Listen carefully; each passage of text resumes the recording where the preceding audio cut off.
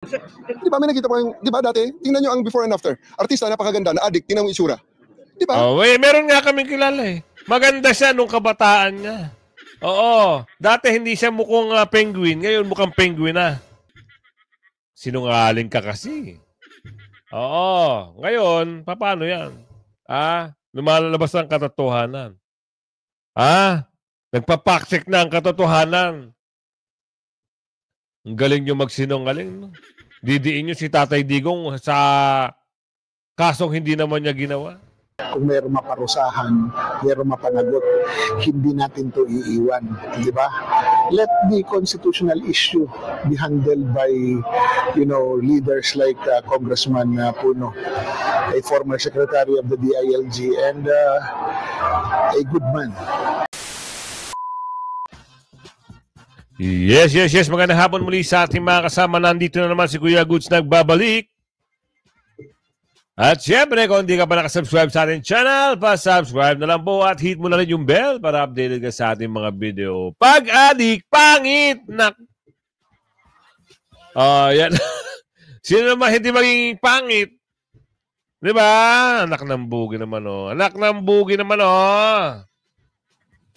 Pero mamaya na tayo magsha-shoutout, Oo, kasi maraming nag-advise sa atin. Nasasayang daw ang ating balita. Kaya, maya-maya sa dulo ng ating video, doon tayo magsha-shoutout. Damihan na natin, ha?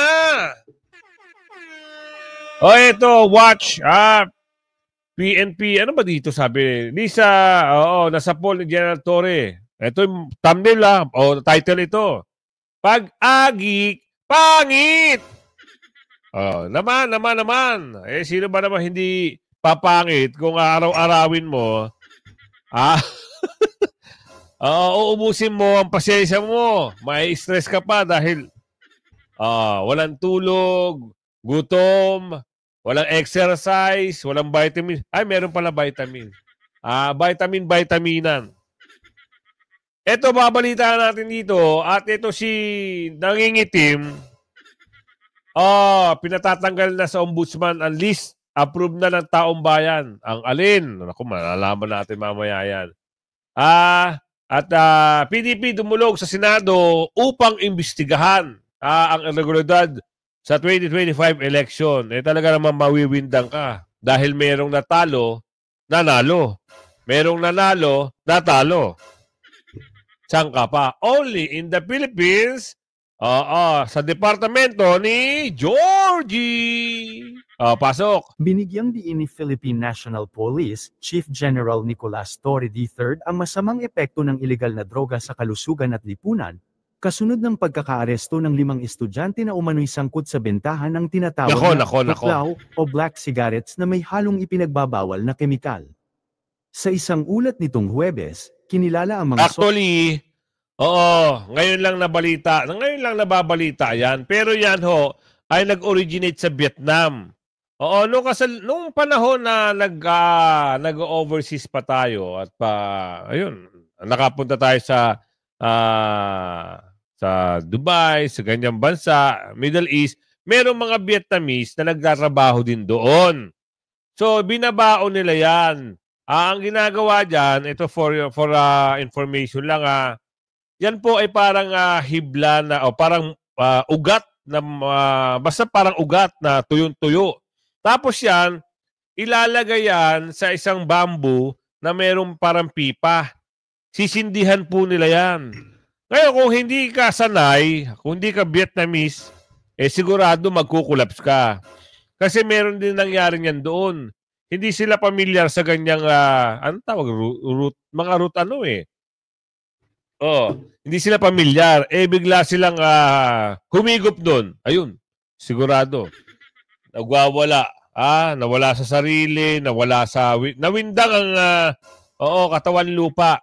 Akala nila kung ano nangyari. Yun yung epekto ng paggamit nun. Dito kasi, bago lang sa pananaw ng tao kasi siyempre, hindi aware ang tao. At bukod doon, wala namang ganyan dito sa Pilipinas. Kaya yung nangyari doon sa bata na yon, siguro may nagdala, kala niya nakakatuwa. Ganon.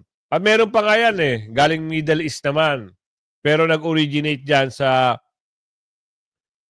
India, sa Bangladesh. Alam nyo ba yung tabako? Oo, ano naman siya? Parang ano siya ng sigarilyo. Oo, tapos nilalagyan ng apog. Tapos ilalagay yan dito. So nakaka-high din yun. Oo, parang pampawala ng stress reliever ba? So, yung mga bagay-bagay na yon, hindi kayo pamilyar, huwag niyo na subukan. Pag hindi kayo, wala kayong kaalam-alam, talagang yung espiritu nyo, mawawala panandalian. Wag niyo subukan Kaya ito, may banat dito. Oo, pag ikaw na ano diyan na parang natakam, nasabik o nagustuhan mo, lalong-lalo yung paggamit ng pinagbabawal na candy, sigurado mawiwindang ka at papangit ka. Suspect na pawang nasa edad 19 hanggang 25 at nahuli sa isang buy-bust operation sa Puerto Princesa City. Ayon kay Police Colonel Christine Tabdi, Acting Director ng Puerto Princesa City Police Station, ang mga nahuli ay itinuturing na pangunahing pinagmumula ng tuklaw sa lungsod. Itong nahuli natin is the identified source of the tuklaw na may synthetic cannabinoid na dito sa Puerto Princesa, pahayag ni Tabdi. Ang naturang produkto, na kilala rin bilang black cigarettes, ay may halong synthetic cannabinoid, isang kemikal na maaaring magdulot ng matinding pangingisay at kumbulsyon sa mga gumagamit. Matatandaan na nag-viral Actually, isang higop mo lang yan. Talagang epekto niyan. Talagang mawiwindang ang espiritu mo. Kaya kayo, pag curious kayo sa isang bagay, alam nyong pwedeng may masamang mangyari sa inyo, lalo na yung mga kabataan. Huwag nyo nang papatulan yung mga ganyang bagay. Oo. Ito, para maliwala kayo sino ba nagsabi ng pangit? Sino ba nagsabi ng pangit? Sino?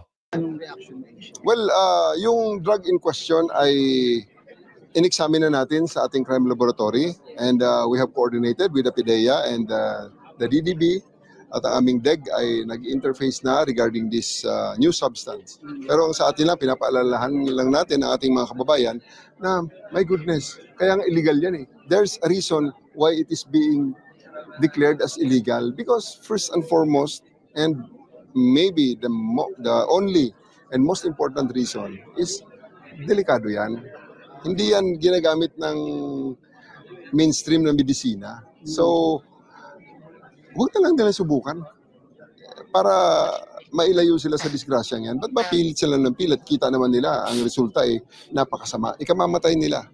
So, I would rather tell our kababayan na huwag na kayong maging biktima dyan. Huwag nyo nang subukan at sayang lang talaga ang oras at panahon nyo at lalo-lalo na ang buhay. Minaresto na rin kaming 4 dyan na nagdi-deal nung substance na yan. So, marami pa ang ating tinitingnan ng mga tao at sisiguraduhin natin na hindi na ito maglipan pa. Baka mas kailangan na mas may porsigid ang crackdown dito. Kasi baka may mabiktima pa mga Yes. Talaga naman. Talagang ang crackdown naman natin, hindi lang dyan sa tuklaw Hindi sa iba pang mga droga, lahat ng pinagbabawal na gamot. Walang mabuting idudulot sa inyo yan. At itong bottom line lang dyan, wala pa akong nakitang addict na maganda at gwapo. Lahat ng addict... Kaya pala. Halata Kaya pala. Oo. Saka yung sa bagay, yung boss, tuyo na rin yung boss niyo sino kaya pinatamaan dito? May nagsabi may pinatamaan dito Wala naman daw siya nakitang tuloy. Di ba may nakita pa yung, di ba dati, tingnan nyo ang before and after. Artista, napakaganda, na addict, tingnan mo itsura. Di ba? Meron nga kaming kilala Maganda siya nung kabataan niya. Oo. Dati hindi siya mukhang penguin. Ngayon mukhang penguin na. Tsaka lagi siyang galit. Lagi siyang naka-ismid. Kilala niyo ba yun, mga kasama? Baka pinapatamaan mo, si Kwak-Kwak. Si Kwak-Kwak malamang pinapatamaan dito Diretsong usapan, real talk. Real talk. Addict o substance user. Sino na yan? Gwapo at maganda. Lahat pangit. Sigurado pangit din sa paningin ng taong bayan. Saka kung kayo mga kasama, sinabi ko, alam ko bawal yan. Pero, hindi pa nila kasi alam na yan po ay legal sa Vietnam. For sure, o hindi tayo sure. Pero ang pagkakaalam ko, yan ho ay ginagamit sa Vietnam, pero hindi naman hinuhuli. Pero i-correct nyo na lang po ako kung ako nagkamali. Pero dito kasi, first time ever nilang nalaman kasi hindi naman talaga usual na ginagamit. Gagaya ng sigarilyo. Di ba? Yun ay usual na ginagamit dito sa Pilipinas. Pero yan, bago sa paningin nila, at yan talaga ay nakakawindang. Oo, yung usok niyan, isang higop mo, mawiwindang ka. Sigurado. Ang katawan, ang katawan lupa mo talaga dyan ay lupay-pay.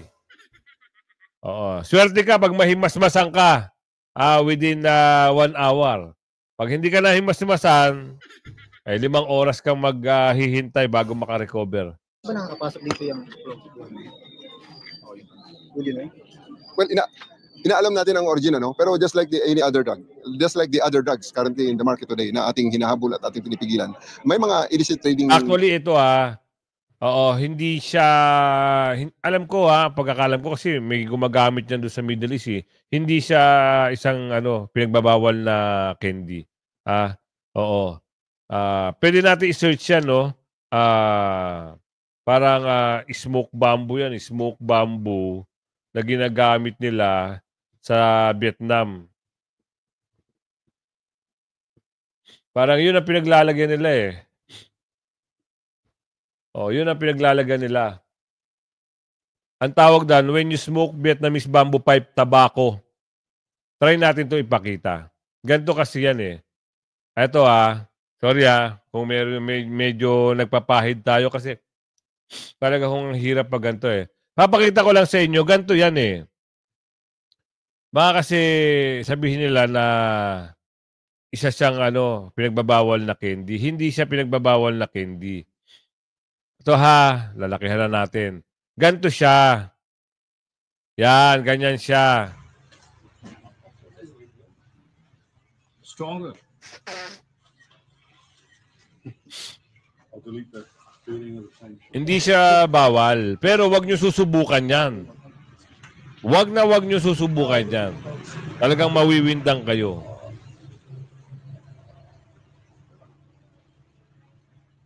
Ganyan yan. Ganyan siya pero wag kayong basta-basta. Dahil pag hindi nyo kabisado, wala. Wait lang Sabagay, pag hindi nyo kabisado, talagang masisira talaga ang Wait lang. Medyo nagkaka-error. Ay, naku, ano ba to? Sorry. Sorry naman. Yun. Buti na lang. Mahirap kasi pag ang tao ay na-curious. Susubukan nila yan. Yun. Pag nasubukan nila yan, at kinaya nila sa first attempt, itutuloy-tuloy na nila yan. Pangit naman. No, pero, ganun siya. Hindi tayo nagbibiro. Ganun siya. Meron pa. Ano pa tayo kung gusto nyo? Pero wag na, dito tayo magpunta. Ano sabi dito, Rimulya pinatatanggal daw ang pangalan sa ombudsman list? Tignan natin. Kung ganun, di mas masaya. Para walang problema at masaya ang taong bayan. Inilabas ng Judicial and Bar Council o JBC ang opisyal na listahan ng mga aplikante para sa posisyon ng Ombudsman kapalit ni Honorable Samuel Martirez na nagretiro noong July 27, 2025. Kabilang pa rin dito si Justice Secretary Jesus Crispin Boying Remulla sa kabila ng naunang ulat na nadiskwalipika umano siya dahil sa kasong isinampa kaugnay sa pag-aresto kay dating Pangulong Duterte. Ayon sa dating ulat, disqualified dapat si Remulla pati sa patakaran ng JBC na nagsasabing automatikong hindi maaaring italaga bilang ombudsman o deputy ombudsman ang sinumang may pending criminal o regular administrative cases. Tama. Matatandaang nitong May 2, personal na inakyat ni Senator Amy Marcos sa ombudsman ang mga kasong kriminal at administratibo laban kay Remulla at 4 pang mataas na opisyal ng Administrasyong Marcos kaugnay sa kontrobersyal na turnover ni dating Pangulong Duterte sa International Criminal Court. Oh. Kasama sa listahan ng mga reklamo laban kay Remulla ang grave misconduct, arbitrary detention, usurpation of judicial functions, graft at perjury. Noong May 6, iniutos mismo ni Ombudsman Martires na magsumite ng counter affidavit ang lahat ng respondents. Sa kabila nito, nananatili pa rin ang pangalan ni Boying Remulla sa shortlist ng JBC. Isang hakbang na tiyak na magbubunsod ng tanong kung paano isinasagawa ang screening Yun. para sa pinakamataas na posisyon ng anti-corruption body ng bansa. Pero Ito lang pag ito ho ay nanalo, wala na talaga. Ibig sabihin lang yan, hawak na talaga ang Pilipinas ng mga namumuno. Pag ito ho ay pinayagan na maging ombudsman, wala na talaga ang Pilipinas. Ganun lang yun. Kita nyo sinulong na ni Miss Amy itong pag-disqualify sa kanya dahil nga meron pang pending case Tapos, ang pangalan niya, nung una, ang balita, di ba? Parang tuwan-tuwa ang sambayan ng Pilipino dahil hindi siya tatanggapin o parang hindi may isasama. Ito na naman kasama yung pangalan. Naknamdugi naman. Ang sakit. Pag ito ay naluklok at inappoint ng kanyang boss, sigurado meron sa buwatan na nangyayari. Ang Judicial and Bar Council or JBC ay mayroong pa-survey at nais nilang marinig ang ordinaryong mamamayan sa pagpili nila ng mga i-shortlist for ombudsman. At base sa pulso ng taong bayan, ayaw nila kay Boying Remulla na maging ombudsman. JBC, please disqualify Secretary Crispin Remulla. Ating inisa-isa ang komento ng netizens. Talagang ayaw nila. Ipinagpipilitan nila na huwag nang isali si Boying Remulla. Kaya ang malaking katanungan, sundin kaya ng JBC ang nais ng taong bayan na huwag nang isali at tuluyan nang i-disqualify si Boying Remulla sa ombudsman. JBC, our next ombudsman should be Justice Maria Lopez for the following reasons. 1. No pending case. 2. More than 15 years as a justice. 3. He has the highest mark on judicial independence. Authored landmark rulings balancing compassion and legality, described by his peers as sharp but fair. 4. Judicial tenure and age. 5. Public perception. Legal circles regard him as methodical, incorruptible, and deeply grounded in jurisprudence. The only alternative is Justice Samuel Garland, current Supreme Court Justice. My 2 cents. Malinaw na talagang ayaw ng taong bayan kay Boying Remulla bilang isang ombudsman dahil tila ito ay magiging bias. Kayo din ba ang inyong saloobin, mga kasweet? Samantala, naglabas ng alias warrants of arrest ang Regional Trial Court Branch 10, Davao City, laban sa dating pulis na si Arturo Las Cañas para sa mga kasong cyber libel at attempted noong June 9, 2025, iniutos ang kanyang... Susunod na yan to sa kay Trilling di ba naglabas na rin at nagpiyansa lang to si Trilling. Ikaw, Castañas, sinungaling ka kasi. Oo. Ngayon, paano yan? Lumalabas ang katotohanan. Nagpapaksik na ang katotohanan. Ang galing nyo magsinungaling. No? Didiin nyo si Tatay Digong sa kasong hindi naman niya ginawa. Pag-aresto sa kasong cyber libel sa ilalim ng cybercrime law na may piyansang 48,000 pesos. May mas mabibigat pang kaso si Las Cañas na walang piyansa at 2 attempted na tig 120,000 ang piyansa. Inatasan ng mga otoridad naisagawa ang pag-aresto sa loob ng 10 araw. Si Nako Las ka, yari Cañas, ka. retiradong pulis at umaming kasapi ng Davao Death Squad, ay tumestigo laban kay dating Pangulong Duterte at nananatiling pugante. O diba? Sila ang bintang ng bintang sa mga Duterte na wala namang kasalanan. Gayong sila naman pala ang may kaso.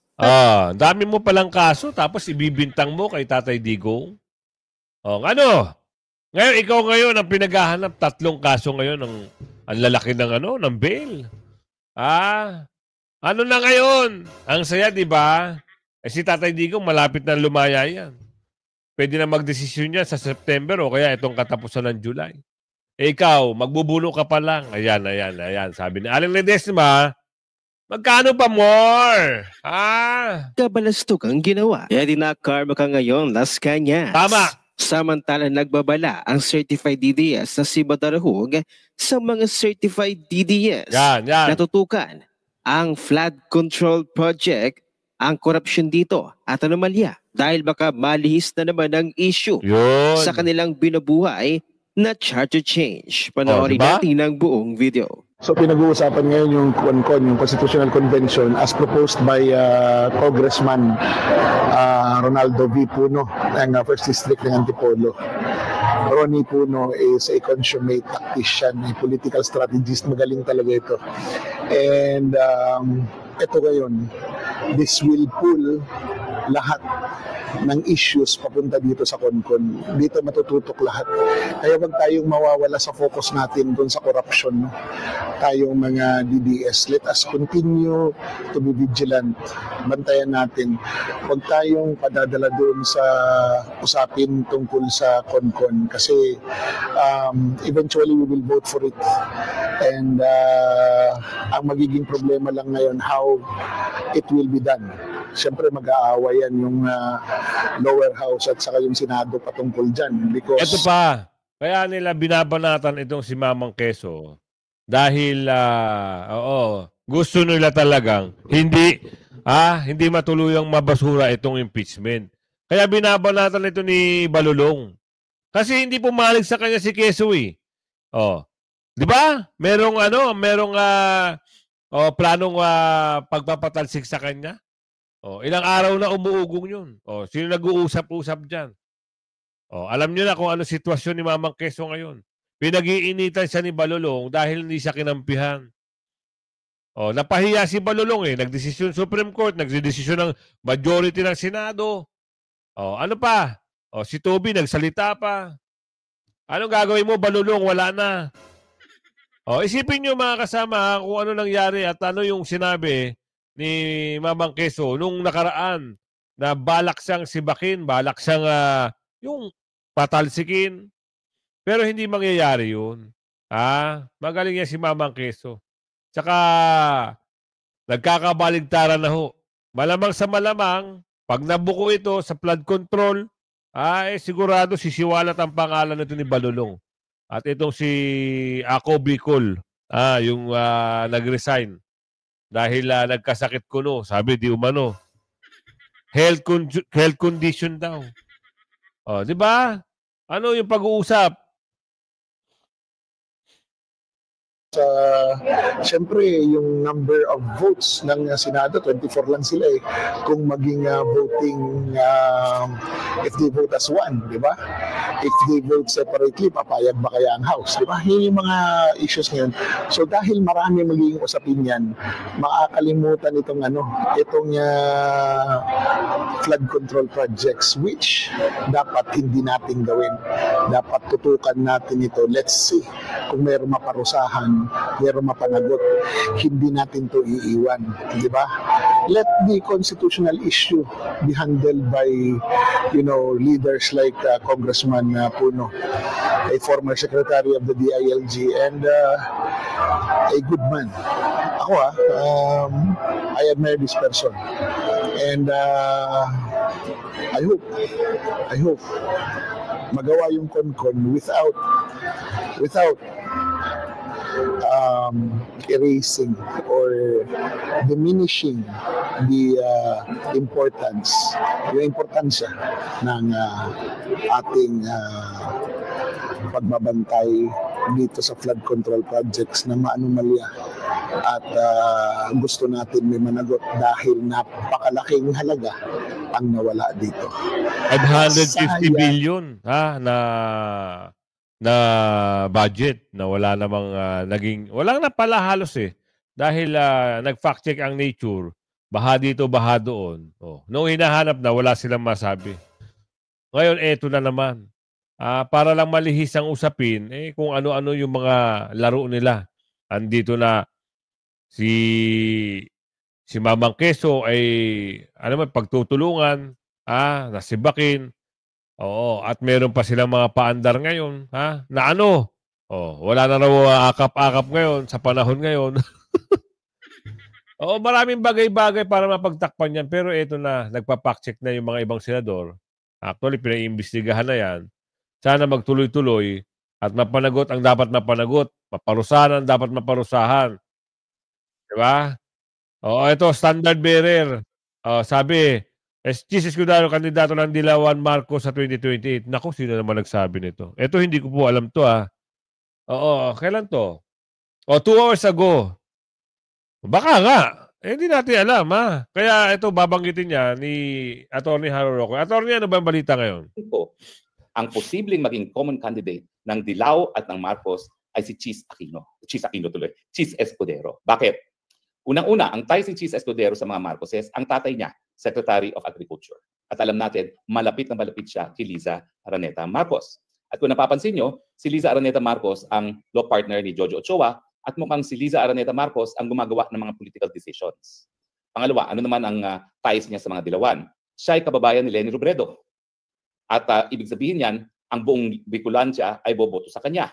Pero dahil siya ay kababayan ni Leni Robredo, hindi malayo na ikampanya rin siya ni Leni Robredo para maging presidente. And with the help of Leni Robredo, pwede siyang manalo sa Western Visayas, yung Iloilo at Negros na baluarte ng mga Dilawan, at yung mga lugar sa Luzon, gaya ng Pangasinan, Batangas, Laguna, and Quezon, na malakas ang mga Dilawan. So pag nakuha yan ni Chis, yung karamihan ng Balance Luzon at malaking bulto ng Metro Manila, ang Bicol Region at ang Northern Luzon na baluarte pa rin ng mga Marcoses, sa tingin ko, malakas ang tsansa na makalaban kay Inday Sara Duterte. Pero Atty. Harry Roque, malabo manalo. Kung sila ay nagpapaandar at nagkapalakas nga dahil ito ang magiging kasi bahong-baho na ho ang pangalan ng mga ito mga nakaupo ngayon tsaka yung magpipinsan, bahong-baho na ho yung pangalan. Kaya siguro pinapabango nila yung pangalan ni Mamang Quezon. Tayo ho kasi nakikitaan naman natin siya ngayon sa Senado. Kumakampi siya sa mga Duterte. Pero hindi ganoon, huwag tayong magtiwala kagad. Baka nga nakakaamoy ito si Atty. Harry Roque na di umano itatakbo sa 2028. Hindi malayo, hindi malabo. Kasi mga politician yan. May pangarap, may ambisyon. So dahil nakikitaan niya na mabaho ang pagkapanalo nitong mga nakaupo ngayon at yung pinsan, dito pwede siyang pumasok sa eksena. Papabango. Marami ho nag-aambisyon. Kita nyo ito si Virus. Ambisyosa yun Sabi ni Aling Ledesma. Nangangarap yan na maging presidente. Totoo naman. Nangangarap sila. Pero hindi mananalo dahil mabaho nga ang pangalan na. Diba? Ito, shoutout muna tayo Habaan natin. Ayan kay Ma'am ito. Si Ma'am Erlinda Sanchez. Hello, Kuya Good. Shoutout po, Ma'am Erlinda Shes. Ayan, ano sabi niya? Yun.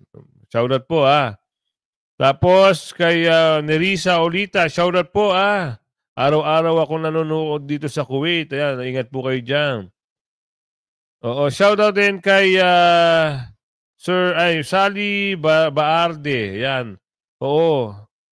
Si Ma'am Sally. Ayan, gusto niya na ako i-reflex. Reflex therapy. Saan ba yan, Ma'am? Ayan. Medyo, yung natin, Shoutout din kay Joy Soriano. Shoutout po from Bahrain. Yan nag-ano na ako kasi ang hirap eh. Oo. Sa Bahrain naman siya. Oo. Oo. Patterson Piligan, shoutout. Oo. Kay Napos Coding, ayan, from Hong Kong, ingat po dyan. Kay Mama Glory Hoffman, ingat din po lagi. Shoutout po sa inyo. Oo, Renante Malanog, sorry, watching from USA, Kentucky. Oo. Oh, yun. Ayun, Delins Moore. Shout out from UAE. Ingat-ingat po kayo dyan sa gitnang silangan Oo. Ayun, kay Tito Ding. Shout out from California. Laging nanonood sa atin yan. Kay Marcela Karasawa. Shout out from Japan. Ingat kayo dyan. Bukas siguro kasi uminom na ho ako ng gamot eh. Oo, sino pa? Kay Marlu, the Survivor Mix Club, shoutout po, watching from Hong Kong. Mario Romel Montañez, watching from Biliran. Ayun, kay Gerald Pagalan, personal vlog, watching from Misamis Oriental. Ingat po dyan. Angie Queenery, watching from Canada. And Kara G, watching from Japan. Kaya yan Kaya umabot kayo sa video ito. Pakiusap lang natin, paki-like and share ng video. At huwag kayong magsasawang suportahan ng ating YouTube channel. Ayan hanggang sa muli. Bye-bye.